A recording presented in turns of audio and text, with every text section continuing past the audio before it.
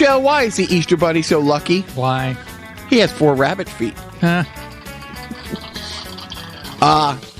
He was really down and out the other day. He was having a bad hair day. See, it's kind of a. It's a quarantine joke because nobody's getting haircuts. R-E or H-A-R-E, like hair is in rabbit there. Shut up. I've seen 80,000 Bugs Bunny cartoons. I get the pun. It's just not funny. Anyways, this is Jacques. I'm Joe. And welcome to Carnival Personnel Podcast. Joseph, how are you? Oh, okay. And you're on week 4, I think. This is our 3rd podcast like this. We didn't do it the first week because we weren't set up to do it. So you're like 3 full on Ted Kaczynski, cabin in the woods lockdown. Yep. Yeah. Are you commenting? Are you referring to the patch of pubic hair growing on my chin? My starter beard. Yeah, it's not there yet, but I think we're a week away from George Michael's mathematically precise razor stubble and the Faith video. All right, like Liza Minnelli's husband had a more convincing beard. See, there we go. Another play on words. Hey-oh, and speaking of Liza Minnelli, we'll talk about that later. Can hardly wait. So it's not somebody that, either you or I would have in our top 20 artists. But Bill Withers passed away this week. And honestly, I cannot tell you. Well, first of all, we've all heard Lead on Me 815,000 million times. And it's fantastic every time. And I only enjoy the Club Nouveau version from 1986. You're a special Cherry Kids kind of way. But honestly, I remember one summer, the one summer of my life, my dad drove us down to see his mom in North Carolina. It was truly moving on. But I'm going to say Ain't No Sunshine. He had an 8-track of that. And I'm not kidding. It was, how does that song go? There's no sunshine when she's gone. And so I'm on quarantine inside the quarantine. I had a conversation that led me to say, you know what, I'm just going to go stay downstairs for the day. And it was, in honor of him, I just told Alexa, first of all, let me do this. I've been meaning to do this for a week. Hey, Alexa, shuffle songs by Pavement. Alexa, stop. Anybody listening to our podcast right now on Alexa, it just stopped to play that. So, anyways, shut up, Jacques. But I did. I just sat down here reading like Batman comics that I went and got out of the shed that I haven't unpacked in like 10 years. I'm like, you know what? I'm going to take a trip on memory lane. And I just had it shuffled 70 soul songs. I think Bill Withers, every 4th song was him. Yeah. He, I remember on the Anchorman soundtrack, Will Ferrell as Ron Burgundy would do intros to all the songs on the CD. And before Use Me, he goes, in 1976, Cheryl Tiegs, Evel Knievel, and I petitioned Congress to make this next song the new national anthem. But it was, and it just cuts to Use Me. Which is a fine song. Luckily he didn't die of COVID-19. That's the silver lining. That's how bad it's gotten. Oh, so and so died. Oh my God, did he die of coronavirus? No. Oh, thank God. It was just cancer. It was just leukemia. Oh, just regular run of the mill. Yeah, pussied out and died. Oh, okay. Sudden brain tumor. Thank God. So I mean, and it's funny how sometimes you get caught listening to a band or something like that, and I just literally for the last 3 days I haven't listened to anything but like 70. It's like the Guardians of the Galaxy. Yeah, you're working on Volume 3's soundtrack. I have in Peter Quill's head or vice versa. I'm going to say it's a sad note. I don't know anything about these people at all, but we're not supposed to use general, like blanket statements and sweeping generalizations, but can we let the Kennedy family know to stay away from water? Why is that? Oh, you didn't hear? Robert Kennedy's granddaughter and her 8-year-old son were canoeing, and have gone missing a few days ago, and they've called off the search. I'm dead serious. It's like, and the story I'm listening to the radio is like, a ball fell into, what is the river that they're by? And like they got dragged out to open waters, and where do they live? The bodies. Maryland. Oh, okay. Maryland. So I'm trying to think where it was, but either way, I think the entire Kennedy clan should probably like move inland. I seriously, they're like, worse than what's gremlins? No, gremlins like water because they multiply. Right. The Wicked Witch of the West. Thank you. That's a better joke. Or unless you've seen Wicked, spoiler alert, it was just a ruse so she could escape with the Scarecrow. And if I ruined Wicked for somebody who hasn't seen the 20-year play. I actually saw Wicked on Broadway 10 years ago, I want to say. See, now the old me would have made a comment like, did your boyfriend like it? But well, yeah, or you would just went right for the F word, just run. Oh yeah, 10 years ago. Yeah. Oh yeah. Seriously, certainly. It's like how did you watch the play while blowing a dude in the bathroom? It's something the old me would have said. Right. Now the R.I.P. old you. The newer me. Right. I reluctantly went to see Wicked back in L.A. It was like 10, 11 years ago. After I got done crying, well, like that's what happened. That's what happens when you're woke. You cry to get to wipe the crust out your eyes, and you wake up. I started asking friends and family to come visit to have the excuse to go back. I literally must have seen Wicked 10 times at the Pantages Theater in LA. Each and every time was awesome. Here, and I've told this story before, here is my favorite Jacques Wicked story. Along the lines of the old Jacques who would have made a homophobic reference about you going to a play on Broadway. I'm at the gym, the YMCA. Where it's fun to stay. In LA. So, but literally, we went there 3 times a week. The boys are in like the kid watch area. You got a free hour, half hour lift, half hour to the bike. And one day, I am on the bike and I am sweating bullets. I'm really, really pushing hard. And a gentleman comes sauntering through the workout area. I don't want to say he was flaming, but let's just be happy that none of the equipment was made of wood. Feet doesn't touch the ground.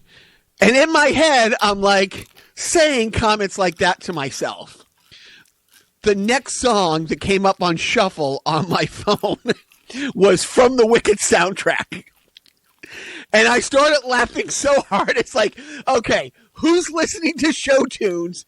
I couldn't stop laughing at myself. I literally had to stop my workout. And every time twice I tried to get back on the bike. But in my head, I was like, couldn't believe how great karma just kicked me in the nuts. And it's just like, if anybody else around here saw, the heavy set, weightlifting guy, judging, listening to show tunes, and ever since then I've been like, okay, you know what? You are a moron, so just But yeah, well, that so when did you guys started going out? I just want to know when did he that's a good icebreaker. Look, hey, I'm not gay, but this guy I'm fucking, what a fairy. No, see, he's blowing me. I'm not the gay one. And 2, 3, I'll show myself. You don't have to yell so loud. You're on mic. Who's Mike? Yeah, that's right. The guy you're blowing. Anyways, I don't know. Joe, yeah. Not all, I'm not going to break my my non-patriot football operation talk, but I am going to point out that although he did not dress up like Batman, there is a billionaire who is using his money for the public good, and that is Jeff Patriots Bezos. owner Oh, Robert Kraft, him, yeah. who I don't know if you saw, for the state of New York and Massachusetts, had his plane fly over to China and pick up masks. I don't know if you saw. Let's see. I'm quarantined, living in Boston, and watch local news every day. Yeah, I saw the coverage. And whether, of course, one of the other adults in my house instantly went to they're just doing it for the PR. You know what? Maybe. What a way to do fact. it. Yeah. Fun fact. He made masks. He made Governor Baker cry. I mean, literally, it's and like I said, it wasn't just for Massachusetts, but Massachusetts and New York, and I'm quite sure if there's some making their way to Maine and stuff like that, New Hampshire. But seriously, But here's the thing: on one hand, I want to say kudos to Mr. Kraft for doing this. On the other hand, I want to say, why the fuck do we have to rely on private citizens to do this shit? Well, that's been, Bernie's sort of platform for years, and Elizabeth Warren's and all these people who are like, billionaires shouldn't have this much money and control and say over how we run our country.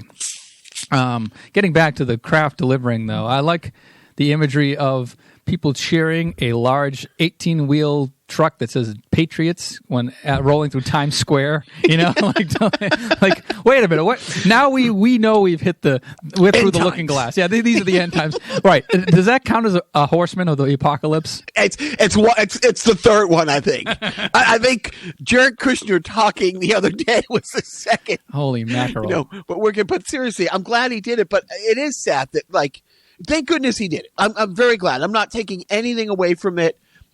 I don't care if I don't care why it was done. It was done. It didn't cost you money.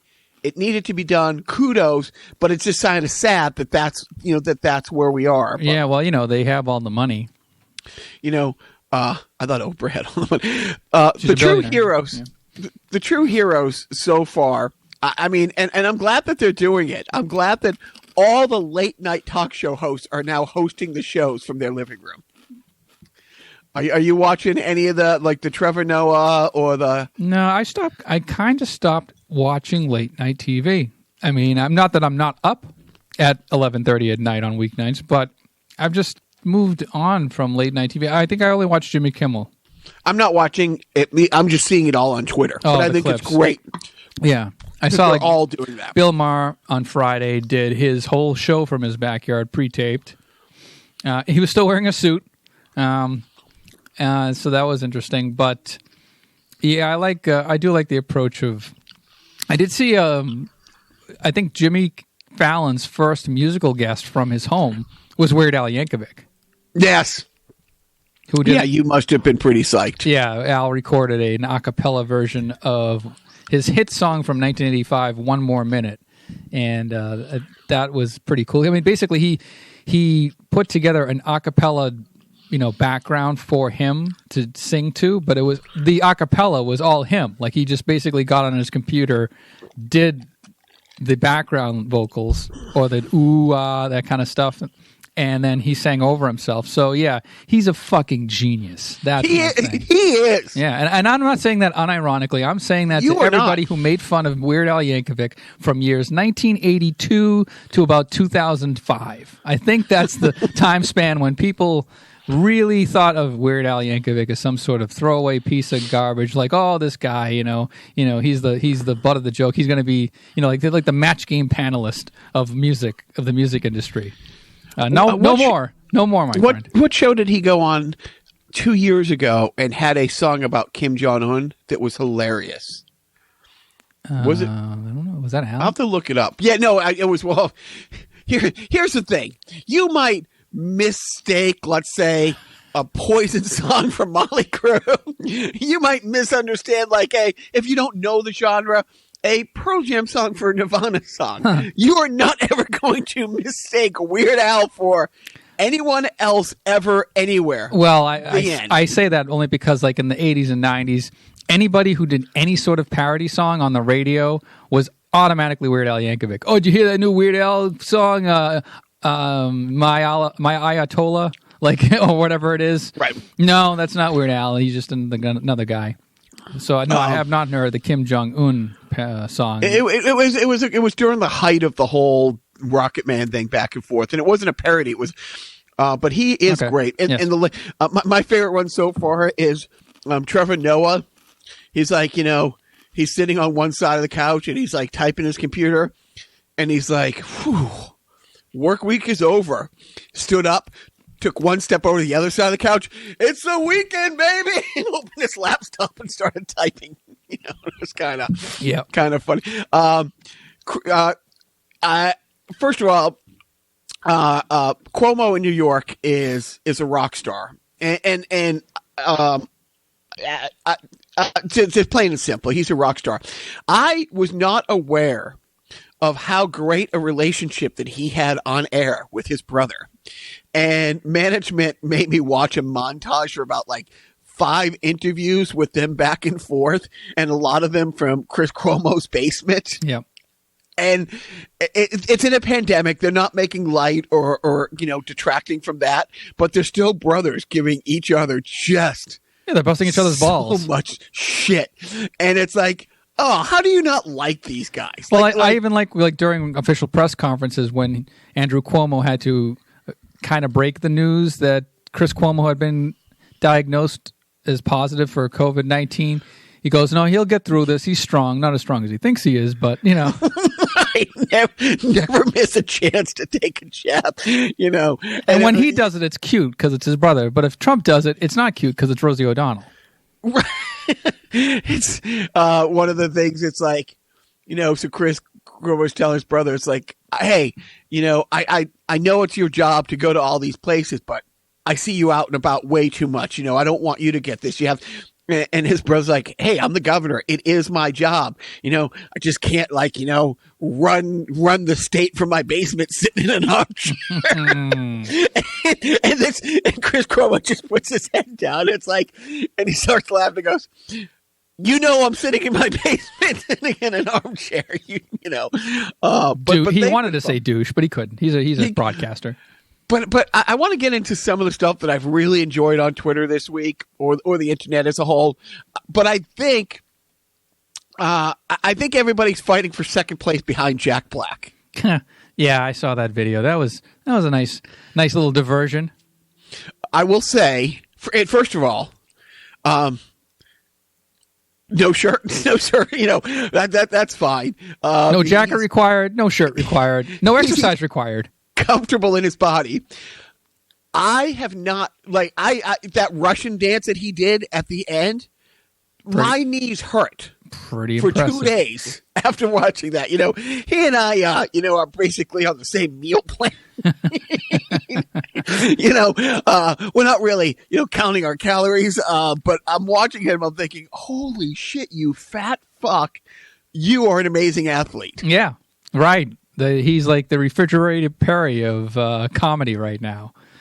So what? Off the top of your head, I didn't give you a heads up on this, so it's kind of out of left field. What are some of your favorite things on Twitter this week? Because there's a lot of really funny, creative people, and husband and wife team jokes or pranks and stuff like that.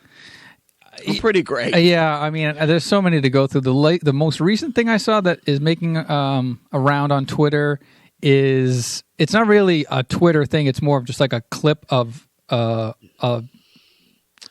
Cleveland, Ohio broadcast from their morning show, and the caption was, "Cleveland, Ohio's just lost their mind." This local news station in Cleveland lost their mind, and it's a clip of their new segment. Here's a little fun segment to kind of get us through the quarantine. It's a game called "What Day Is It?" And then it's like a big intro. It goes da-da-da-da-da-da-da-da, little graphic that says "What day is it?" And then it cuts to like the weatherman next to the big screen, and he goes, "It's Wednesday." And that's it. But it's true. I have no idea, what day it is ever. Yeah, I know. I think it's really, this is, it's putting us in a time warp. It really is. This is the closest we're going to get to Groundhog Day. It really is. Only, we're going to age and die. Some of my favorite clips. There's a guy in his backyard. First of all, he has a 2-year-old who can throw a wiffle ball down the middle of her plate from 10 feet away. Nice. And this guy is just hitting bombs off the kid. Joe, I mean, bombs. And a couple times, like, he does like a bat flip. And I'm like, oh my. At one point. Did he call his shot? The best one is he hits a bomb. You're on microphone, by the way. Takes out an imaginary shovel and digs a grave and puts his son in it and just fills it back up with fake dirt. But my favorite one is, the kid's always laughing, because he thinks this is great, but it's just the kid's reaction of, whoa, and the dad doing the back. I don't know if it's a husband, wife, or girlfriend thing, but they must have had this gigantic stuffed bear that like sits in the living room, and she took all the stuffing out and got in there and laid there. Oh my and God. Guy comes home and he's playing a video game, and she subtly moves her foot, and the curtain moves, and then it like time lapse, and the patience of her to just sit there, and then did it again, and just. Nice. Freaks the guy. Like I knew who was in it. She shows herself getting all in. I was freaked the fuck out by that. Tom Holland, Spider-Man, he did this thing, and I will post this. I say sometimes I'm going to post it. He did this challenge where he's doing a handstand against the wall. So his feet are on the wall. He's doing a handstand, shirtless, and he has to put on a t-shirt. It's one of these new challenges to people like you and I will never do. And then when he puts it on, he challenges like Ryan Reynolds, Jake Gyllenhaal, and I forget who else, to do it. And it got, Jake Gyllenhaal does it, pretty quick. The other guy does it pretty quick. And my favorite thing is Ryan Reynolds is this. It's, the shot, on his phone, it's his entire face just looking quizzical. And then he like slightly shakes his head. It's like, no. So, my little guy's done it. One of the other really great ones. A wife is laying on the ground in their living room. Her leg, she's fully dressed. Her legs are spread apart. Her head is turned to one side, and like 5 feet away is like a little bowl of some kind. And the guy, is standing 5 feet behind her, and he putts the ball through her legs, and about 2 seconds later, she spits a ball out of her mouth like they're mini golfing. And I'm like, oh man, I wish I was nearly as funny as any of these people. All I could do is you watch all this stuff and talk to you about it. One thing I did see was a guy who, with Zoom, you can do custom backgrounds, like even video backgrounds. And so this guy during a Zoom meeting, like probably I presume for work. Woman. No, this is a guy. Okay. You're thinking of something else. I'll tell the story. Okay. I'll tell the story. No. Let's hear your story. Your story sounds much more entertaining than mine. Oh, he's moving the microphone. Oh, he's walking away. It's the Joe Show, everybody. Oh, this is going to be a short one. Goodbye. So anyways, there's this guy who, for a Zoom meeting, he did a custom background. But you don't know it's a custom background because it just looks like his regular, room. You see the entrance to the other room and his door or whatever. And then all of a sudden, as he's giving, his talk to his coworkers, you see his bedroom door, his room door behind him open up. And it's him walking in on himself. He pre-recorded himself walking into a room and then closing the door again as this video background. So it's the stupidest thing, but I thought it was immensely creative. That is awesome.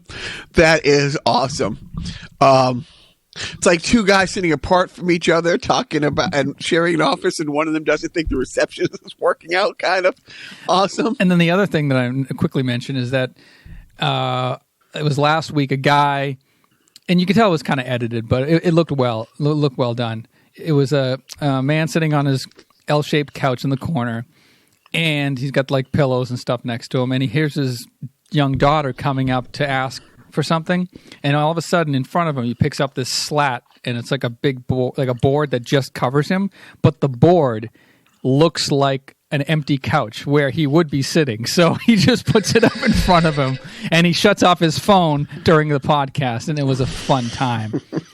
I hate you. I hate you. Oh, for keeping no, it everybody does. No, Sorry. that's fine. So anyway, Unprofessionalism is right. Over. So I watched per your suggestion the Mark Maron stand up. End times fun. And it was pretty great. It was pretty. I'm not like we talked about it. I like him.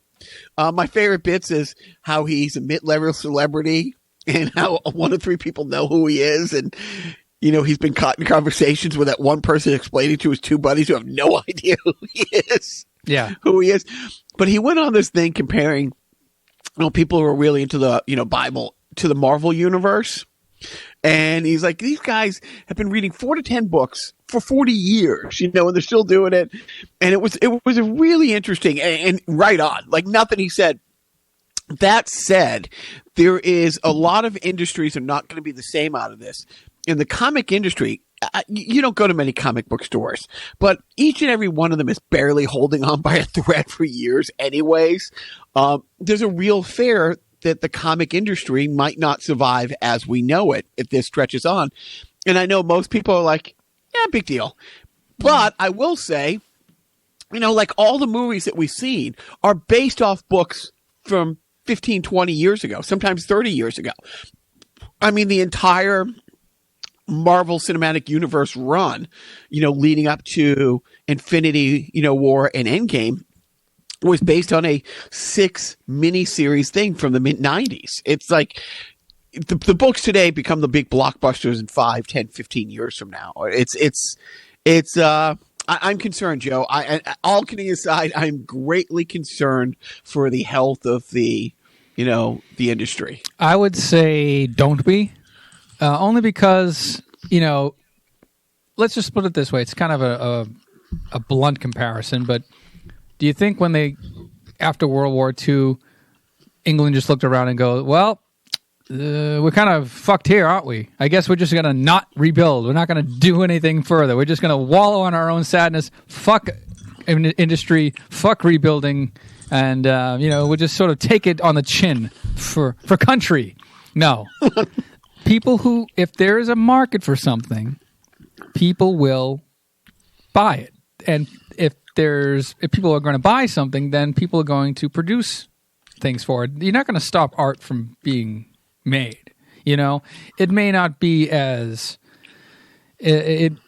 like you said, it was kind of hanging on by a thread prior, and that's a lot. And that has more to do with the internet than anything else.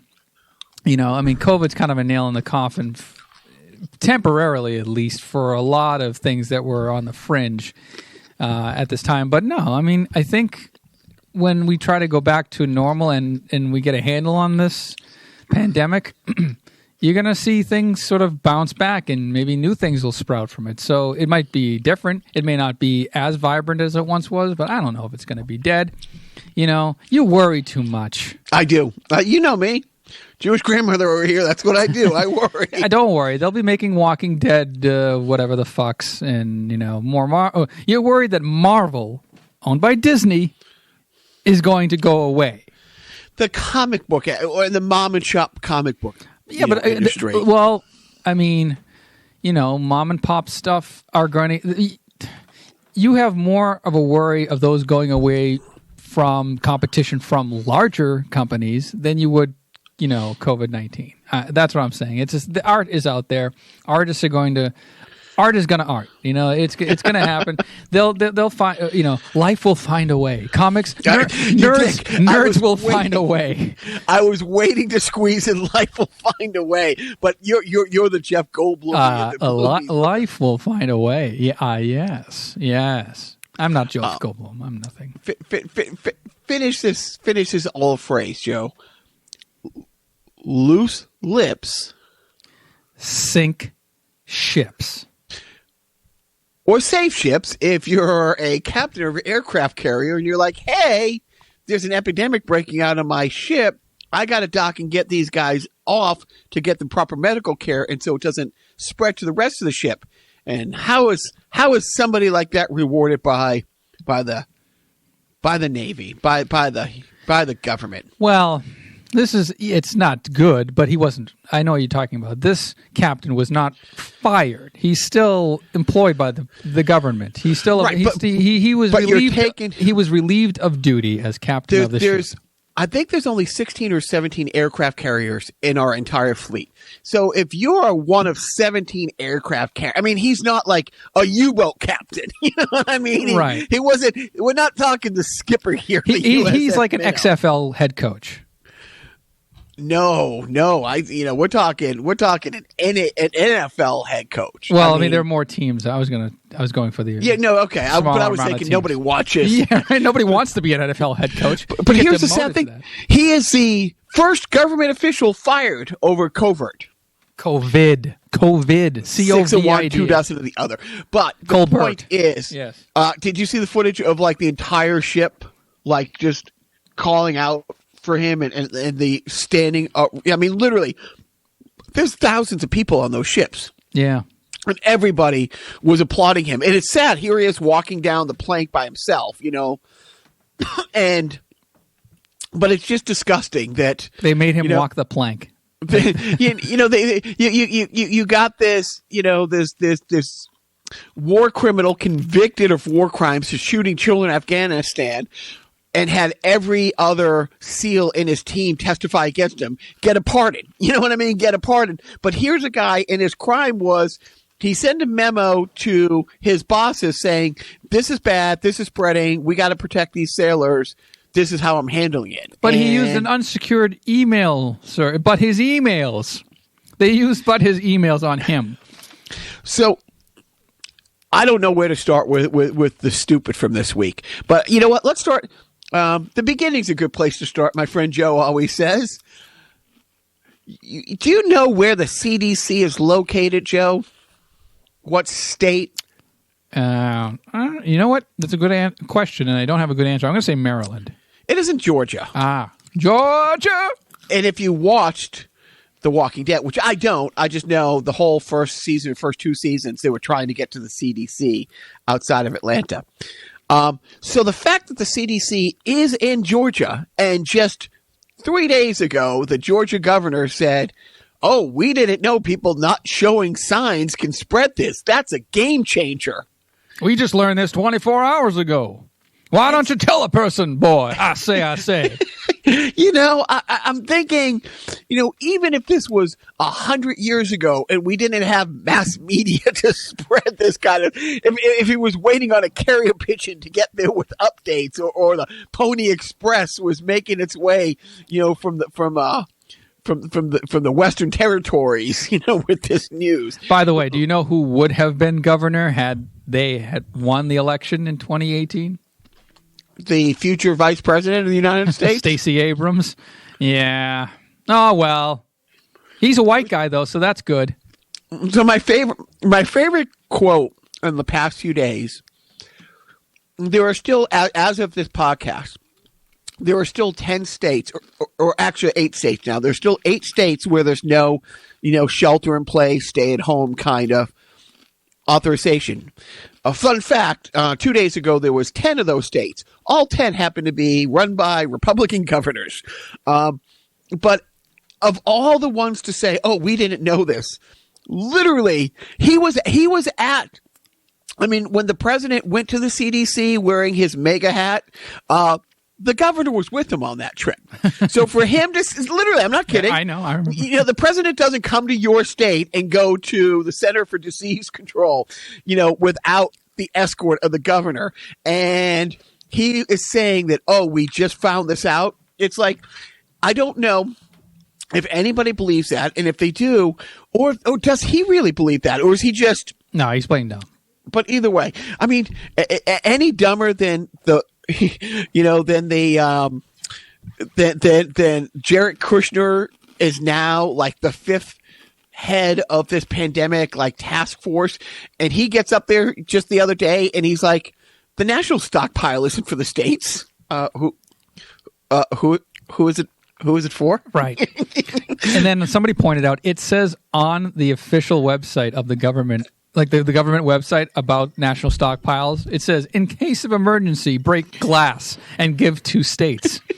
It's like, well, that is sort of like a, I don't know if you want to call it a Freudian slip or just being stupid, but there's literally a sense of these are ours. This is for like the president, his family, and his friends, not for you guys. Well, Hey, at least you were off mic when you yelled. You know that just yesterday, we recorded this on Saturday. On Friday, he had oil executives come to the White House for a meeting who all got tested. I mean, there's still people out there fighting to get tested. And with that national stockpile, here is the most upsetting thing. Not that a dumbass is saying dumbass shit like that, but they have been sending supplies to states that aren't on lockdown yet. Like states that aren't even requesting it. And here in Massachusetts, again, Republican Governor Charlie Baker has openly said he's been outbid by FEMA at least 5 or 6 times. And the problem with being outbid, they bid $1 a mask. New York pays $2. California's willing to pay $3. FEMA comes in and pays $5. Yeah, their price is riding them right out of the, Right.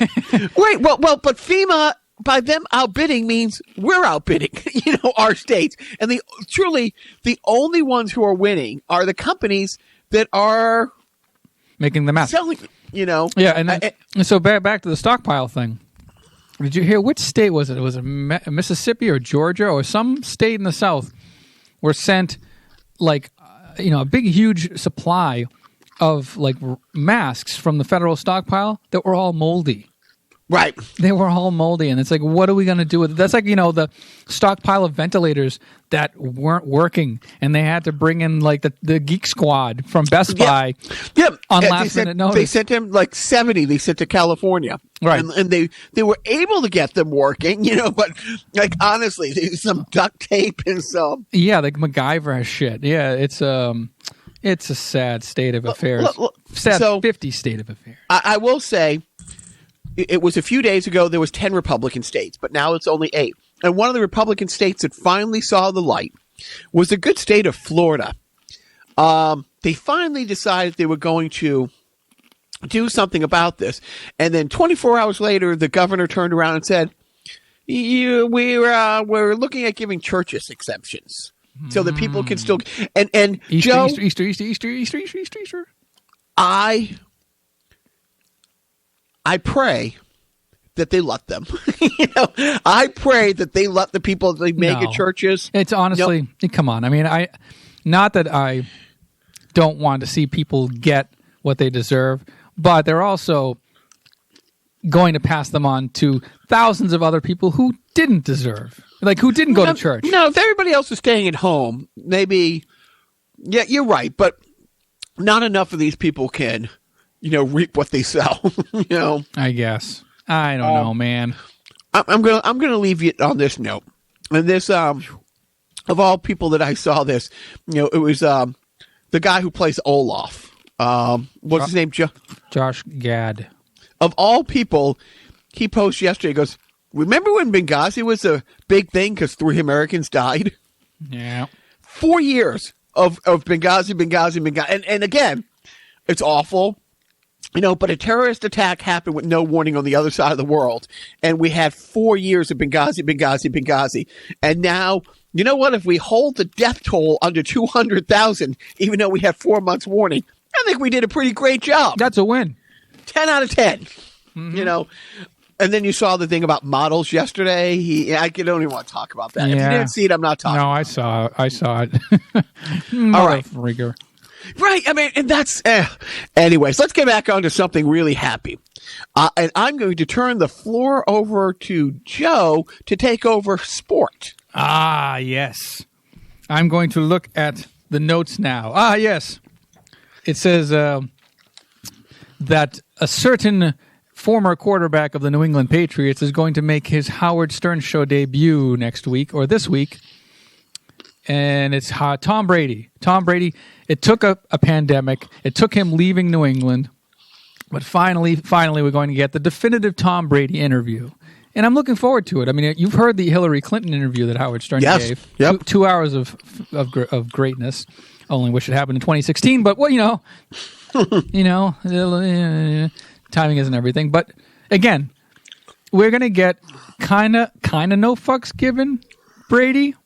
We're gonna get Tampa Bay 12. No, right. Yeah, we're gonna get right. He's gonna be obviously reverent to Bill Belichick and Bob Kraft and all that stuff. Like, he's not gonna diss anybody. He's not gonna dish any dirt.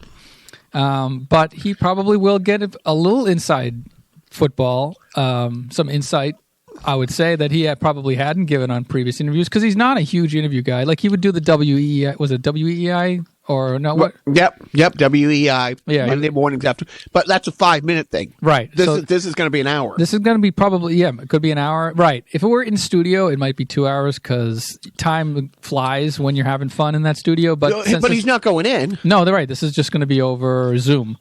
So my question to you, and again, I'm not going to break my thing and talk about him or sport. Other than to ask, do you think he will be asked what the Patriots' record will be next season, and what do you think Tom Brady will say? No, I don't think he answers it. Do you think Howard Stern's going to ask him about the record for the Patriots? Yeah, how do you think the Patriots are going to do without you next year? Oh yeah, it might come up.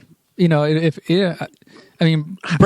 will be, he'll be diplomatic about it. Brady, they're going to have a great season. Coach will figure it out. Yeah, they have a great staff over there. They got McCourty. They got this. They got that. They'll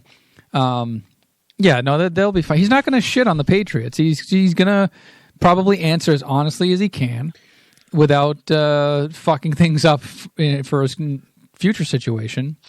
And but I think you'll also get to learn a little bit more about like his background and his personal life, which is intriguing. Maybe something fun, something light, something that isn't drama, like that you are trying to avoid every single day with the New England media. They'll joke about how much more money his wife makes than he does. Yeah, he'll probably talk about I think Howard Stern's probably more interested in how he has sex with Gisele Bündchen versus how he does how he performs in the field. He's going to get into it, and I'm sure. And also, Tom Brady is a Howard Stern fan. Like he said, he listens to Howard Stern. He's a fan. He knows the show, so he's going to appreciate his line of questioning, I think, more than somebody who doesn't listen to the Stern show. Will he ask him about the guy at 1600 Pennsylvania Avenue and Tom's early, not endorsement, but it might come up. I mean, Howard Stern has.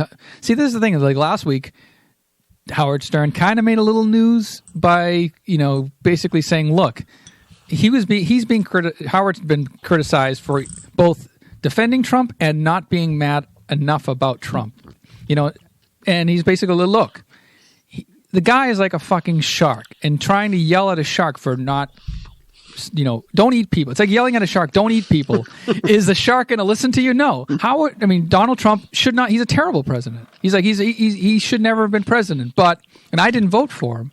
So, but I can't, me sitting here yelling at him for 3 hours a day is not going to change Donald Trump. That's just not who he is. So why am I going to waste my time doing that? I'm livid at how the president's handling it. So, but Howard also has a little bit of history with Donald Trump. Like he knows a lot of bit of history. Yeah, and he had Donald Trump to his wedding, his second wedding, and but that was not unusual.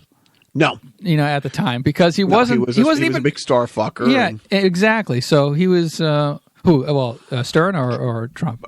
Lotus. Yeah. Yeah. So yeah, they both have. I think they both have a history with Trump. I'm sure that Trump will come up in some way, shape, or form, but I don't think that, knowing Howard's interests, he's not going to steer the conversation that way too much. No. So yeah, it'll be fun though. Anything else with sport, Joe? I know you're dying to talk. You're about. A sports nut. What else am I? What else is happening in sports? Nothing. And I guess there's some simulate games going on that we talked about. So let's get into what really matters. Video games. I will tell you this. I told Joe before the podcast that, it sounds so unmanly for me to say, not as unmanly as me listening to the Wicked soundtrack while working out at the gym, but our mailbox got busted in the last snowstorm a couple weeks ago, and it was hanging on by a thread. That thread is broken, and we have somebody coming to fix it. I bring this up only because we haven't got mail the last couple days, and I have not yet gotten my Resident Evil 3 disc that has been shipped to me. And I know a bunch of other people who, because I pre-ordered it, and GameStop, like earlier in the week, it's like, do you want to wait till the stores reopen, if they reopen, or do you want us to send it to you now? And I've had two people not only play, but finish the game. And by two people, I mean friends of the podcast. Chris and Sam. Okay, wow. Yeah. And because Sam's favorite character in all of not just Resident Evil, but he went out as like Leon, like for Halloween a couple years ago. I mean, he's a huge Resident Evil guy. So I've not got it, and I probably won't get to play it until Monday now, but I don't know anything about the game, but the two people who I know live for those games have both are pissed that I don't have it and I can't talk to them about it. Oh, okay. Yeah, I heard it was a great. very good reimagining. It's also more action-based than story-based, or, it's not as horror-based. It's more action-based, which is not a bad thing necessarily, but it's done well, I heard, and I don't really know anything about it. But, yeah, it's really interesting how Capcom has sort of reinvigorated the Resident Evil.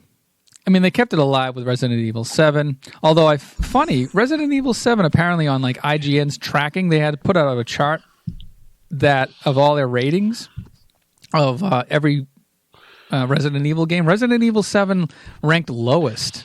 Really? No way. I thought I saw that, and I'm like, wait, 7 was pretty good. Like 7 was great. Yeah, so maybe I read it wrong or something like that. I don't know. No, because I think 7 was. It might have been Game of the Year or like and Gamer. What's the magazine you get from GameStop? Game Informer. Game Informer. It was either like, well, I know 4 last year. I'm sorry, 2 was the fan vote for Game of the Year, and the editors at Gamer magazine, Game Informer had it like second best Game of the Year, but the fan vote had it number 1. Like the People's Choice Award versus the Oscar. But I thought 7 did pretty well. Yeah, so I was surprised to see that, but maybe I'm misremembering it. But anyways, No. It's this is it's funny. But I was going to say it's funny how the remakes are.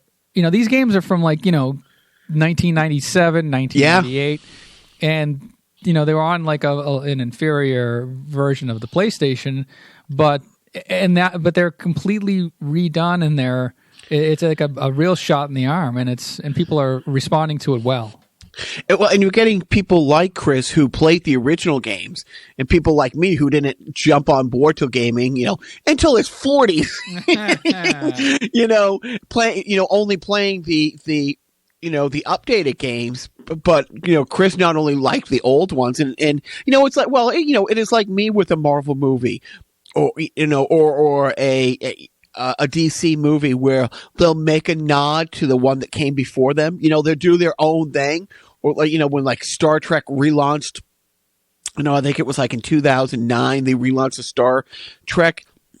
And they had enough nuggets for geeks like me who love the 60, 5 version of it and stuff like that, but made it their own. So I'm looking at the chart now on IGN. They gave Resident Evil its lowest rating of all the Resident Evil games. Resident Evil 7. They gave it a 7. They gave it a 7.7. And Resident Evil 6 they gave a 7.9. So when your lowest score is a B or a B plus, it's kind of, or C plus. Yeah, right. That would be a C, right? Yeah. So right. But in my world, that's an A. Yeah. So they gave Resident Evils 2 and 3 a 9.0. So there you go. Good. All right. What are you playing?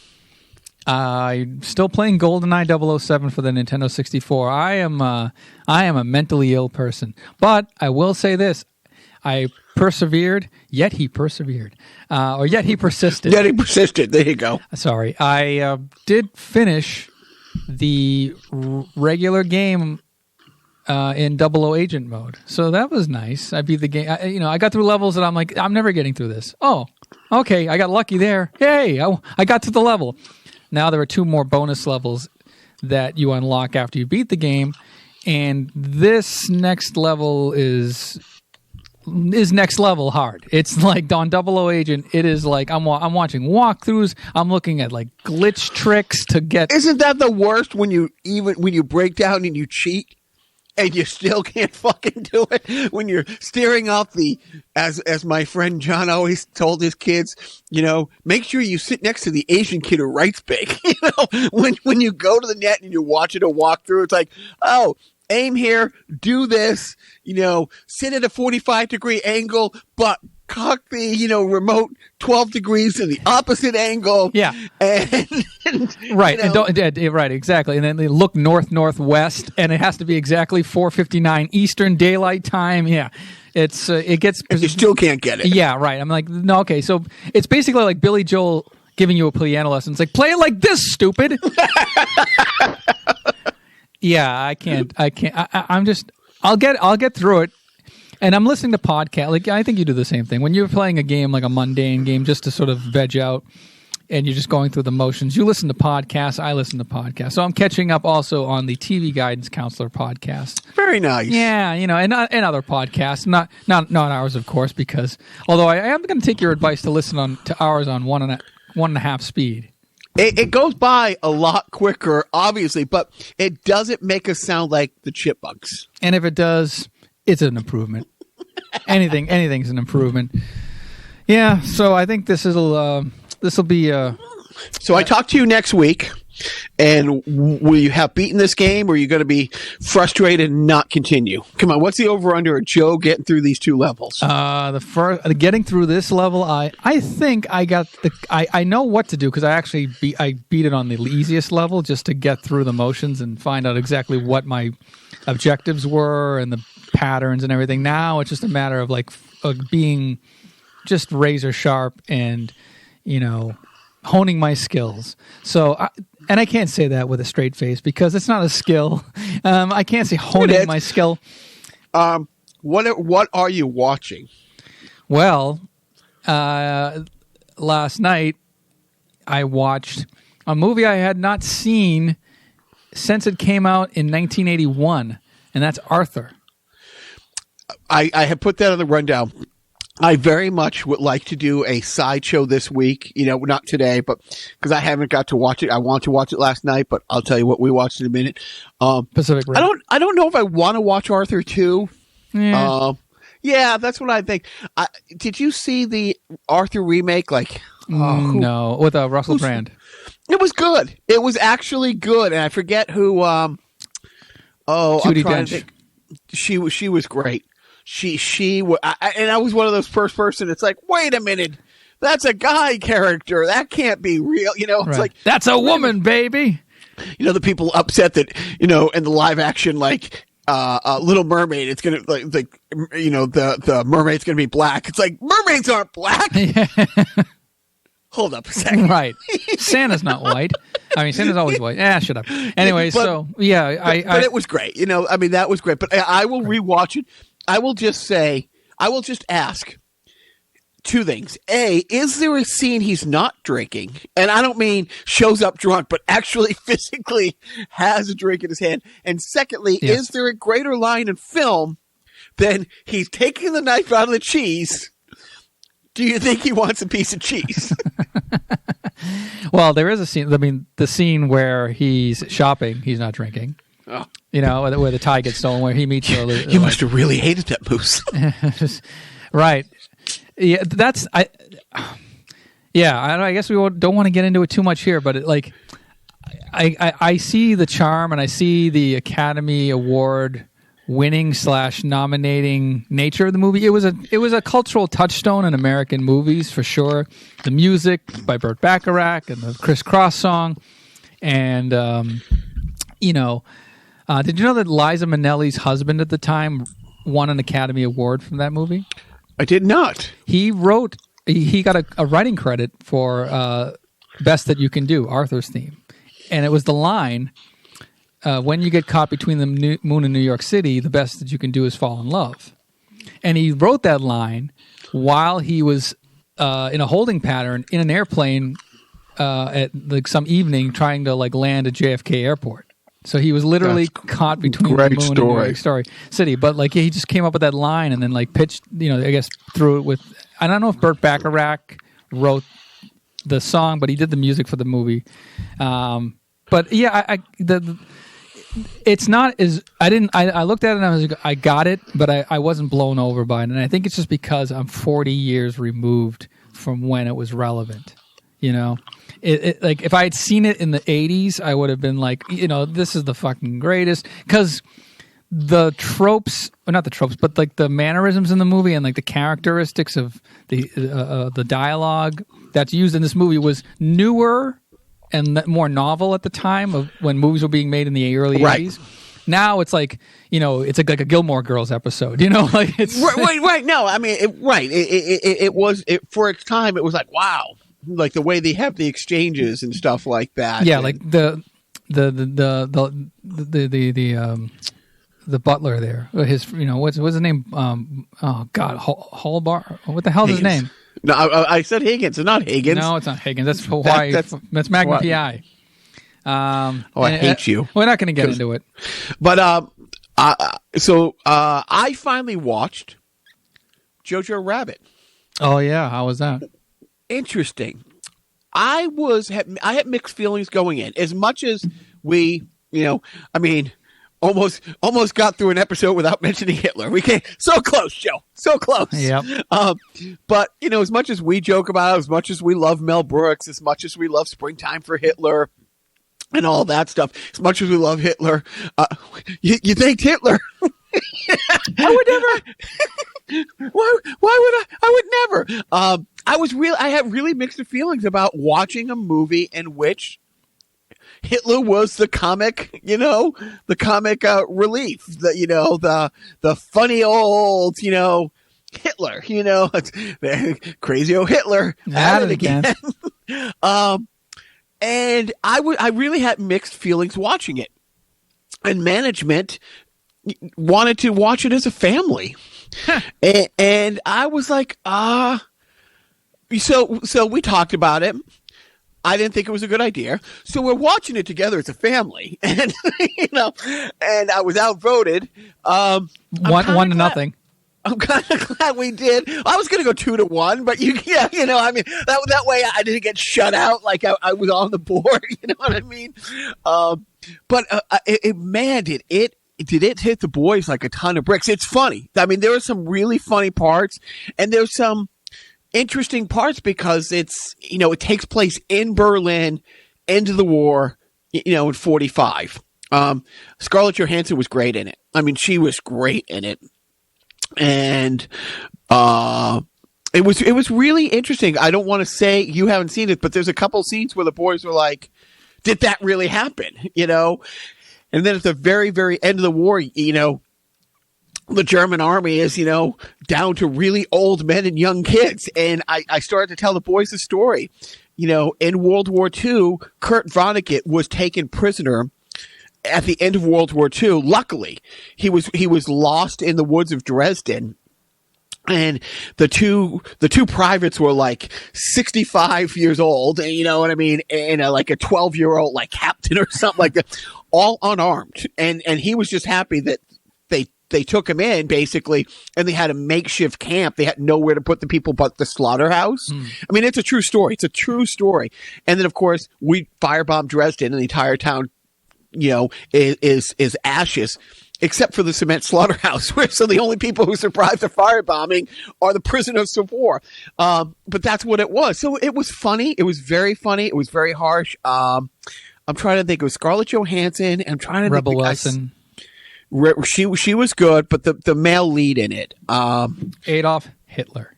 No, actually, that how do you say the guy's name who directed it? He also did Thor Ragnarok and Cheeky. Oh yeah, it's a Taika Waititi. He's Hitler. He directed it, and he also played Hitler. Yeah. And oh damn it, I'm trying to think of the male lead in it, but he was great. Sam Rockwell. Sam Rockwell. Sam Rockwell was fantastic in it. I recommend it, but if you get a chance to see it, I talk more about it without giving some stuff away. I'm glad that the boys kind of saw it because they did have a lot of interesting questions, about it at the end. But there was a couple scenes. One scene in particular, that our little guy days later was like, "Did that really happen? Did that really happen?" And it wasn't Holocaust stuff. It was, end of the war, children soldier stuff. So it was, but I recommend that.